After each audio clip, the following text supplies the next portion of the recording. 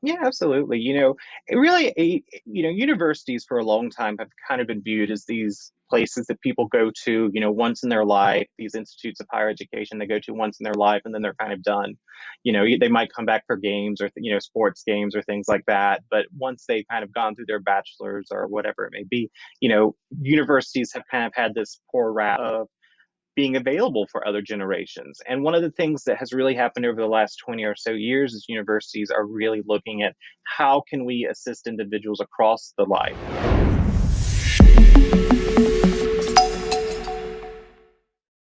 Welcome to Aging in America. I am your host, Bina Coleman, and on today's show, we have Aaron guest. He is an assistant professor at ASU as well as a gerontologist, and he is here to talk to us about not only age-friendly ecosystems, but free resources for you and your loved ones.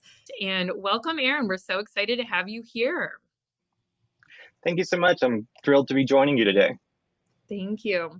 So I know there's so much to talk about. You are a researcher in gerontology, which is amazing. As a fellow gerontologist, there's not many of us out there.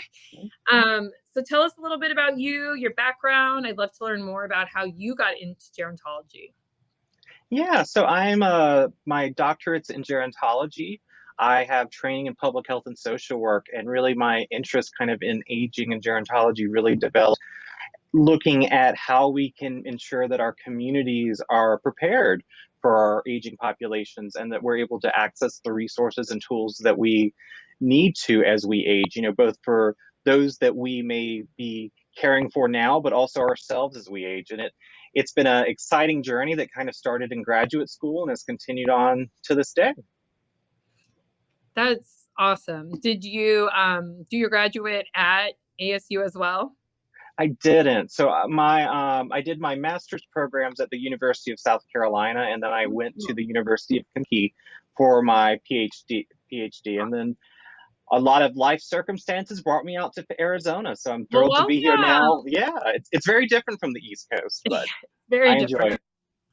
Um, you touched on something right away off the bat I wanted to touch on. You said, we're researching and we have all these resources for not only our loved ones, but for us as well. And it's so true Yeah, because we all know that the aging population is just getting bigger and bigger. So it's only going to get larger by the time we get there. And it's important. I always tell people or your friends, truthfully, and family that might not know, like ask me because you don't need to know what I know in this field. There's just so much out there. There's so many resources I want to make sure everyone gets a hold of. absolutely. I mean, I think, we tend not to think about aging or, what aging resources exist until perhaps our loved ones or friend needs access. But then I think also considering about how we might use those resources or ensuring that we're in an environment that we're able to have the resources that we want for ourselves to support ourselves aging or those that we provide care for is really critical. Yeah, absolutely. Absolutely. So speaking of that and resources, I know you're doing some very cool research. And I'd love for you kind of to dive a little bit into what you're researching at the moment. Of course, I'm going to have a million questions. I just think this topic is so fascinating. And we can kind of start with what you're researching. Yeah, so a lot of my research falls in kind of two areas. I look at broadly how the social and built environment influences health, and I do that through a lot of different approaches, looking at both individuals, the older adult themselves, caregivers, students, kind of trying to learn more about the experiences of individuals as they think about age and as they are aging. And then the other side of that is identifying and developing kind of the resources, interventions, and tools that will help people age better and have more positive health outcomes in older adulthood as compared to, adverse or negative health outcomes. And most of this has really focused around the domain of, what I would call age friendly and creating age friendly and age inclusive environments that support individuals as they age. I know I was researching about you, and it's just amazing. And you touched on age friendly environments, and I know you also refer to them as ecosystems. So I know there's just so much out there for everybody. Can you give us a little idea of what some of those ecosystems or environments may be? Yeah, absolutely. I mean, I think is when we think about age-friendly ecosystem, really what we're talking about is kind of the systems, practices, tools, if you will, that help individuals as they age. And while most of this does focus on kind of the older or the more advanced side of life, I think one of the things that's really critical is that age-friendly is really an inclusive approach. So it's focused on making things more inclusive for all individuals, regardless of age, kind of really really embedding within systems, whether it be how we interact with our elected officials, how we think about crossing the street, really universal design principles that by making things more accessible for one group, we improve the accessibility for all groups. The areas that we mostly work in are really focused on the age-friendly communities, cities, states initiative, which really focus on ensuring that older individuals are able to be active participants in society and that they have the tools and resources and really kind of systems in place that allow them to be active and not age segregated as the case often is in society. And so how do we ensure that they're able to remain active in society, and we're developing things that support them. The other side is the age-friendly health system, which, the age-friendly health system is really focused on ensuring that our health systems are not only prepared for the increasing number of older adults, but also that we're able to use the best evidence-based approaches to ensure high-quality care. And that really focuses on what they call the 4 M's, identifying what matters for the older adult, what medication is being used, in particular if that medication is causing cognitive decline, mentation, meaning people that are able to, really be able to prevent, identify, treat, and manage any symptoms of dementia, depression, or delirium, and then mobility, ensuring that individuals are able to remain mobile as they age. And then, of course, the one that I mostly engage with, being as faculty at a university, is really the age-friendly university part of the ecosystem, which really focuses on ensuring that universities are responsive to this new demographic shift that's occurring, and that we're able to engage older individuals, their caregivers, their loved ones, and kind of the core activities of the university.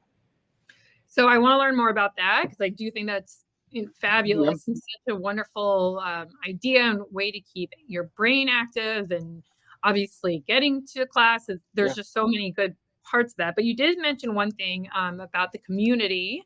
So I was kind of wondering, what are some of the ways that in the community to keep the elderly population active or engaged and feeling like they belong as they do?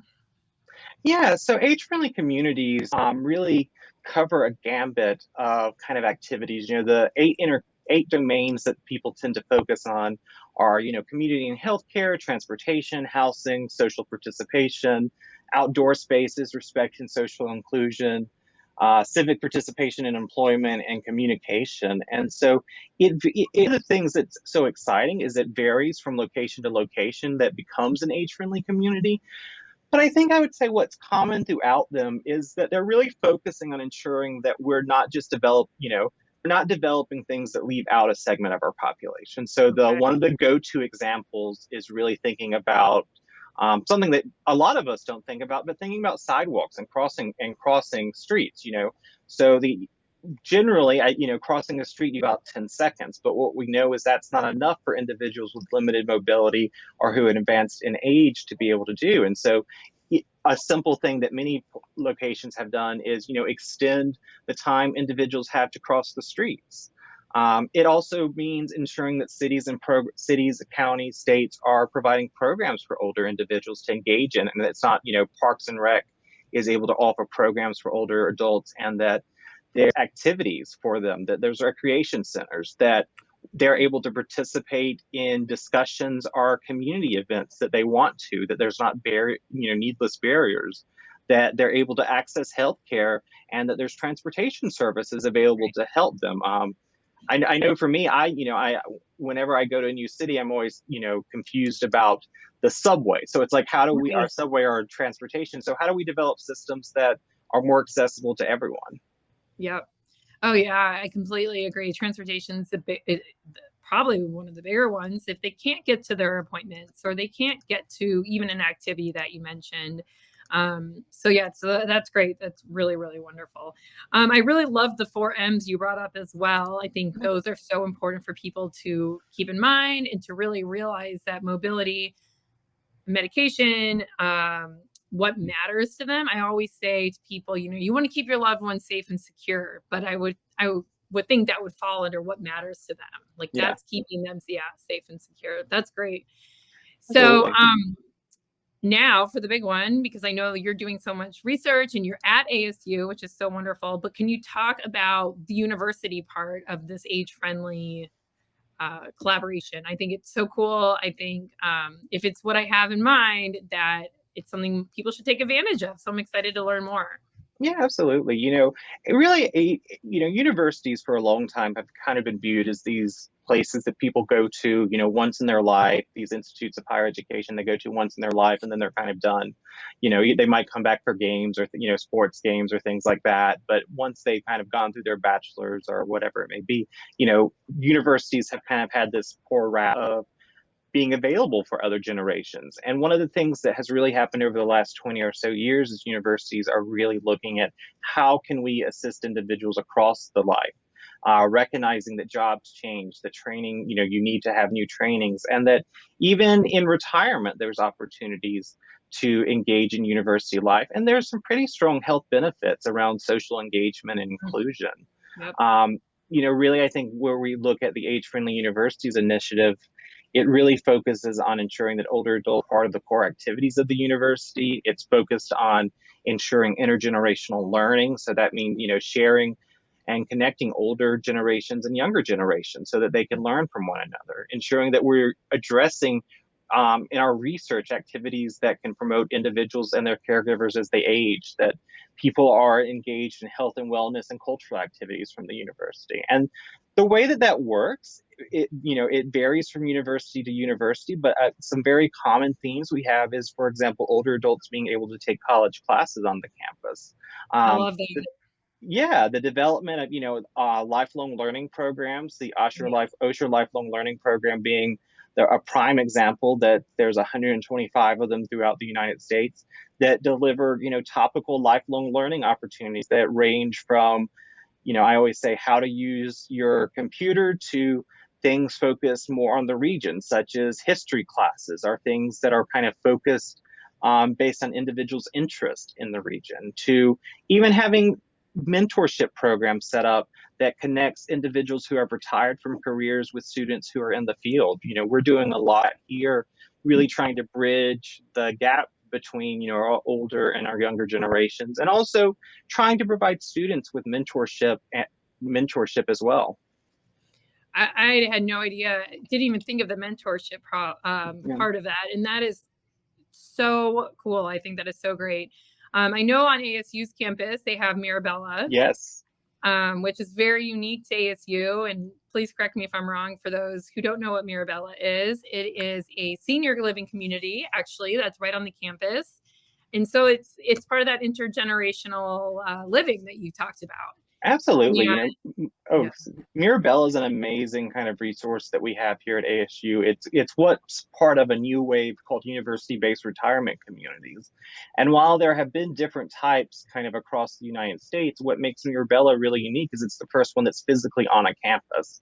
Oftentimes there would be 1 to 5 miles off campus. They were more university affiliated. And what really makes it unique is not only are the older adults and the residents taking NASU classes, they're going to class, they're going to cultural events, they're attending student meetings, but that students are also coming to Mirabella to interact with the individuals who live there through mentorship training. There's a foreign language club, for example, that meets. They go on trips that they can go on together and participate kind of in everything that the university has to offer. The benefit being a Mirabella, it's also a continuum care retirement community. So individuals are able to move in, and also as they need additional assistance, they can access that additional assistance. So I'm sure you've been, Aaron, but I got the pleasure of taking a tour there, and it's beautiful. And like you said, it's right on campus. It's pretty remarkable. Yeah. It's It's really, really neat. yeah, it's wonderful. I was telling someone I spend about a day a week down there, I feel like now, but it's such a great environment to be in that it's hard to complain. Yeah, right. Totally. Wow, these are very, very cool. I don't know if everyone would use that word, but as gerontologists, I think these are very cool Yeah. initiatives that you're taking. And for the university part, obviously we've touched on ASU. We're here in Arizona, but how many universities nationwide? Is this going to be a worldwide thing? What are you seeing for that? Yeah, I think more and more universities are taking on these activities. Most states actually have programs where older adults are able to access college classes either free or reduced cost. Okay. So that's an option that's available nationally. About 81 universities in the United States are age-friendly universities. And so of course, people can visit afugn.org to kind of learn more about the local universities in their region. As I mentioned, lifelong learning, there's 125 OSHA lifelong learning programs in the United States. And so those are programs that are specifically targeted to older learners. And you're able to look those up by Googling or visiting the OSHA lifelong learning website. And so I think the thing too I would say is that we're seeing increasingly new opportunities develop out of universities that are wanting to engage not only their alumni, and I think that's important, but really engage the entire community. One of the things, and it's the last thing I'll say about ASU, I promise, but one of the things I've been very excited about that we've been doing is really thinking about how do we make our campus more accessible to all people. Campuses are very wide spaces, so are there ways that we can develop transportation options, for example, that allow people to access resources easier? And are there ways, and increasingly you're seeing this, that we can think about how we can support our own employees as they work with their aging parents? So how can we make information available not just for the older individual, but also for those who might be caring for them or are facing challenges and have never faced this before? It is interesting you bring up the caregiver aspect of that because you're right. Just because someone who's aging may want to come and take a class as they should, they will most likely, may not, but most likely have a caregiver with them. Yeah. And so you're right. There's a lot more that goes into that. So I know you mentioned the few websites. Can you just repeat them one more time? I just want to make sure everyone can, especially like the adult children who are looking for activities for their parents, where they can go to say, hey, listen, we have this in our local university, mom and dad. Why don't you go see about a class? So can you give those to us again? Yeah, absolutely. The first one is really the Age Friendly University Global Network website, and that's afugn.org. You're able to go there and you're able to kind of look at the institutions in North America and kind of each state that have that offering. That would be probably the first place I would go. Okay. I think that we could also, the OLLI lifelong learning programs are a national program, and so I always encourage everyone to kind of Google their university or just Google OSHA lifelong learning, and it will come up if there's one nearby. There's 125 of them, and every state has at least one. And so All right. those are available. And then really, I encourage people to go to their state Department of Aging Services or their state unit on aging, or even their area agency on aging, to learn more about the classes that are being offered. So, like I said, and I think it's only 4 states now don't have programs that allow individuals to access classes either free or at a reduced cost after over a certain age. And so that's a great opportunity. And the courses aren't just for them. They're also, many of the age-friendly universities also offer courses and resources for individuals who are providing care or maybe caregivers. Ours included, offering courses on how to navigate dementia, how to navigate financial changes, what documents do you need in place. One of the things I think we're seeing more and more people are experiencing is long distance caregiving. So Yeah. I live in Arizona, but I'm providing care for someone who lives in New York. So how do I connect and how do I identify what I need to do there? And then each of the other components of the age-friendly ecosystem, age-friendly health systems, for example, you're able to kind of visit the Institute for Healthcare Improvement, which maintains a list of age-friendly health systems if you would like to identify an age-friendly health system to go to. So you touched on a few things I'd like to bring up. One is the classes, and you made a really good point, because I was thinking of the adult children telling their aging loved ones, like, go take a class, but also the adult children need to know as Yeah. well, what classes, or not what class, excuse me, but like you said, what documents we may need in the future, Mhm. um, how to deal with dementia. I mean, there's so much that goes Yeah. into it. So if that is stuff that is offered as well, that's fabulous. Yeah. And then you touched on the age-friendly healthcare, or the health system. So does that mean that there are certain healthcare systems that are more age-friendly than others? Is that what that is? Or Yeah, no, it's actually what the age friend, each of these is a designation that a community, a health system, or a university kind of commits to and undergoes. So it's, for the age friendly healthcare systems, it's much like their accreditation. It's a process they undergo, and they actually, those institutions that are age friendly health systems have instituted specific programs, policies, data collection strategies that really target and meet kind of the 4M framework requirements, meaning that, when an individual comes in, they are asking them what matters, how can we ensure, how can we review their medication, how can we review their mobility, how can we understand what they need. So yeah, no, absolutely. These are designations that really, I believe really support people in finding some of the best care that they can for individuals. yeah. Wow, this is amazing, Erin. I just am so impressed with all the research you're doing at ASU and by yourself and your team. I Yeah, just think it's so amazing, and there's just so many people that are going to be able to benefit from all of this. So thank you so thank you. much. I know I had you repeat some websites, but if people want to get in contact with you or anything else you want to share about yourself, please feel free to do that now. Yeah, no, I would encourage people to reach out to us. You can find me on the Arizona at asu.edu Aaron Guest. I'm pretty easy to find, and so we definitely welcome people to reach out. But it's been great to be here, and we're continuously learning. So I look forward to seeing where things go in the future.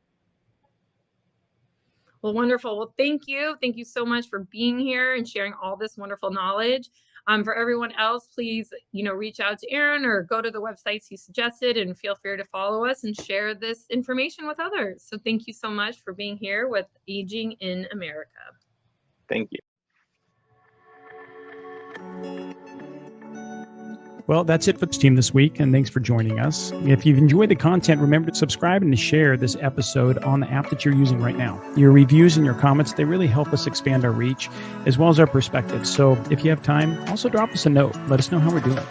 For tips and tools to clarify your parent project, simplify communication with your stakeholders, and verify the professionals that you choose, you can find us on YouTube, follow us on Instagram and Facebook. Thanks again for trusting us. Until our next episode, behold and be held. Thank you for listening to this Parent Projects podcast production.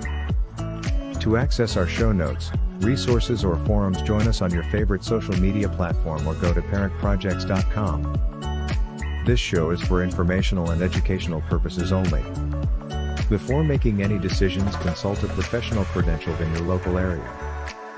This show is copyrighted by Family Media and Technology Group Incorporated and Parent Projects LLC. Written permissions must be granted before syndication or rebroadcast.